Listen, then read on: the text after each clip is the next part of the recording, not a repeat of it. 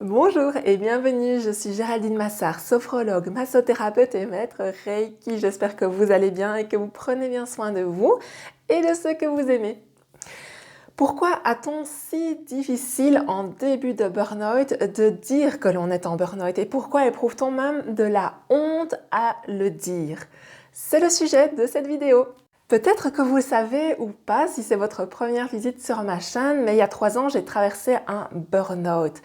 Et même si je sais que chaque burn-out est spécifique, unique à la personne qui le traverse, je sais aussi qu'il y a des similitudes et que le partage d'expériences peut permettre de se sentir moins seul et c'est vraiment le but de mes vidéos. Alors aujourd'hui, je peux commencer cette vidéo en vous disant que j'ai traversé un burn-out et je peux même le faire face caméra. Mais ça n'a pas toujours été aussi simple, aussi fluide et aussi neutre pour moi au niveau de mes émotions. J'ai longtemps été honteuse d'avoir un burn-out et ça m'a pris du temps pour en parler plus librement. Au début de mon arrêt maladie, j'avais vraiment du mal à justifier de mon absence. J'avais honte. J'étais indépendante dans les soins de santé et je n'avais jamais été ni longtemps ni gravement malade. J'avais toujours été fidèle au poste pour mes patients. Je ne savais pas comment expliquer ou justifier mon absence. J'avais peur d'être jugée.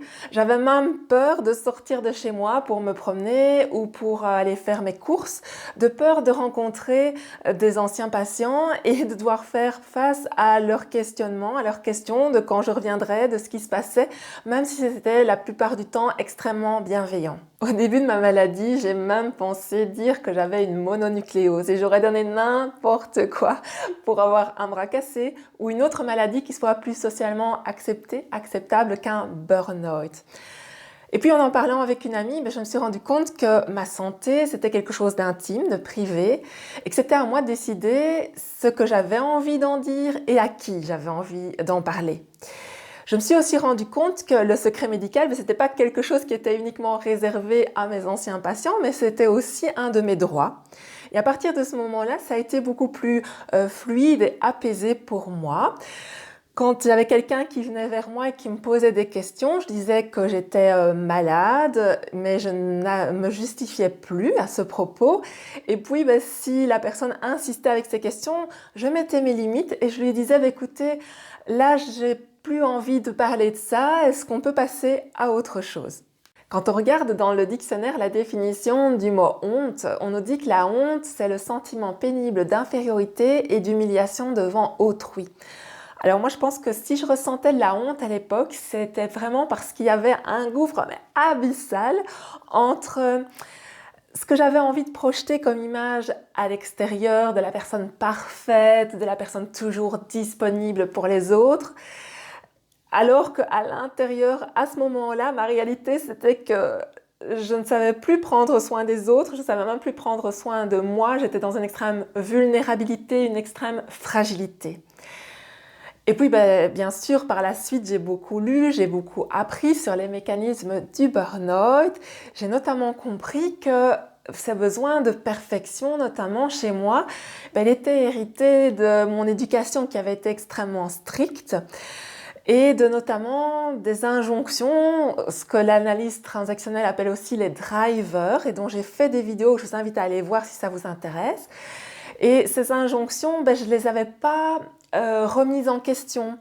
Je les faisais toujours miennes, mais je ne m'étais pas posé finalement la question de savoir si cette façon d'appréhender la vie, d'être au monde, ça me servait, si ça servait bien la vie en moi.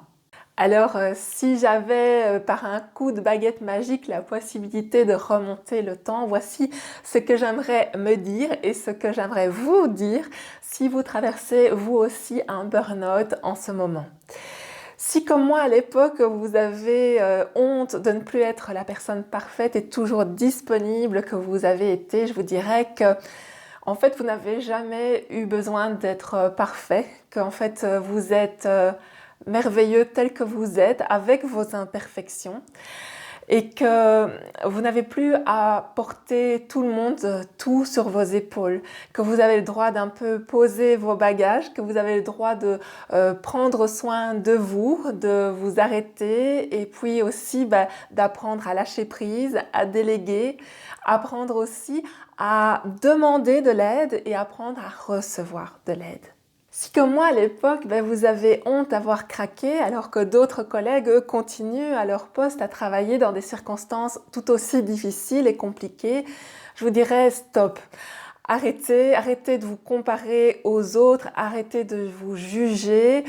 Vous avez fait de votre mieux, vous avez tenu au-delà du raisonnable, maintenant vous avez craqué et finalement tant mieux parce qu'il fallait à un moment donné reprendre votre souffle. Et puis arrêtez d'en remettre une couche parce qu'un burn-out c'est déjà quelque chose de si compliqué, de si difficile qui remue à tant de niveaux, alors n'en remettez pas une couche, soyez bienveillants avec vous, vous êtes extrêmement courageux et vous allez vous en sortir. Si comme moi à l'époque, vous avez honte de souffrir d'un burn-out plutôt que d'une maladie plus socialement acceptée, acceptable, je vous dirais, est-ce que vous savez que les burn-out, ça n'arrive pas à n'importe qui, ça arrive à des personnes extrêmement consciencieuses, impliquées, courageuses. Donc que vous traversiez un burn-out, ça dit aussi la personne merveilleuse que vous êtes. Donc, ok, il va y avoir des ajustements à faire dans votre façon d'appréhender la vie, votre travail, mais dans le fond, vous êtes quelqu'un de super, donc restez vraiment bienveillant avec vous-même.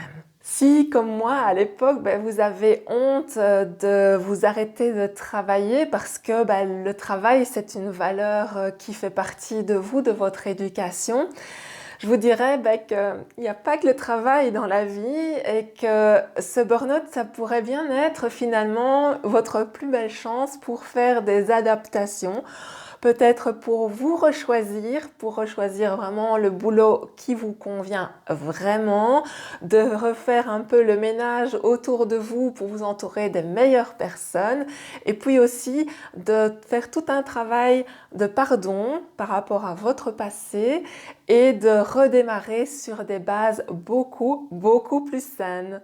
Enfin, si comme moi à l'époque, vous avez honte d'être malade parce que dans votre éducation, on ne pouvait pas l'être, en tout cas moi c'était le cas dans ma famille, on ne pouvait pas être malade, ou si vous avez été élevé avec vraiment un sens aigu du sacrifice, du fait de faire des efforts, je vous dirais que vous êtes juste un être humain et que vous pouvez être malade, vous avez le droit d'être malade, ça arrive tous les jours à des gens extrêmement bien, d'apprendre à vous aimer très fort et inconditionnellement et enfin à arrêter de faire des sacrifices, des efforts surhumains parce que vous ne rendez finalement service à personne, ni à vous ni aux autres.